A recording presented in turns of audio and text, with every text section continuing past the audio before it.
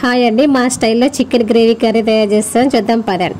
Chicken బాగా clean చేసుకోండి. అందులో కొంచెం పసుపు వేసుకోండి, కొంచెం కారం వేసుకోవాలి, లైట్గా ఉప్పు కూడా వేసుకోండి. తర్వాత కొంచెం పెరుగు వేసుకోండి. పెరుగు పుల్లగా ఉన్నా పర్వాలేదు, మామూలుగా ఉన్నా పర్వాలేదు, ఎలా విన్నా పర్వాలేదు, మీ ఇష్టం. వేసుకునే హోల్ గరం మసాలా, లవంగం, యాలకులు, చెక్క, మొగ్గ, సాజీరా అన్నీ వేసుకోండి. పత్రి కూడా వేసుకోండి. అల్లం వెల్లుల్లి పేస్ట్ వేసుకోండి. కొంచెం కొత్తిమీర కూడా వేసుకోవాలి. పుదీనా వేసుకోండి.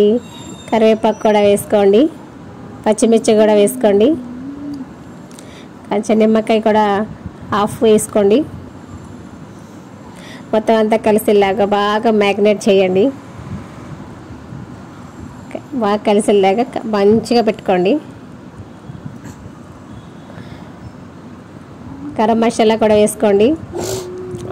ఆయిల్ ఒక కప్పు వేసుకోండి. ఒక ఆయిల్ కొంచెం కప్పు వేసుకోవాలి. నెయ్యి కూడా ఒక స్పూన్ వేసుకోండి.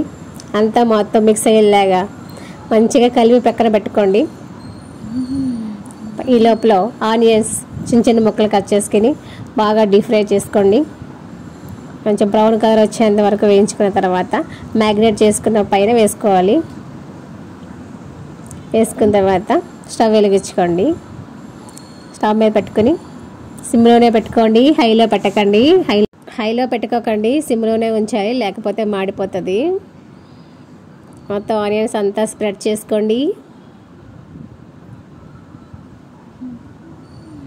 మధ్య మధ్యలో కలుపుతూ ఉండండి, లేకపోతే మాడిపోతుంది, టేస్ట్ మారిపోతుంది. ఇంకొక 15 నిమిషాలు అలాగే సిమ్లోనే ఉంచండి. ఆయిల్ పైకి వచ్చేంత వరకు కర్రీని కుక్ చేయండి. కుక్ చేసిన తర్వాత పక్కన పెట్టుకోండి. Thanks for watching. Please subscribe చేసుకోండి. వీడియో నచ్చిందని అనుకుంటున్నాను.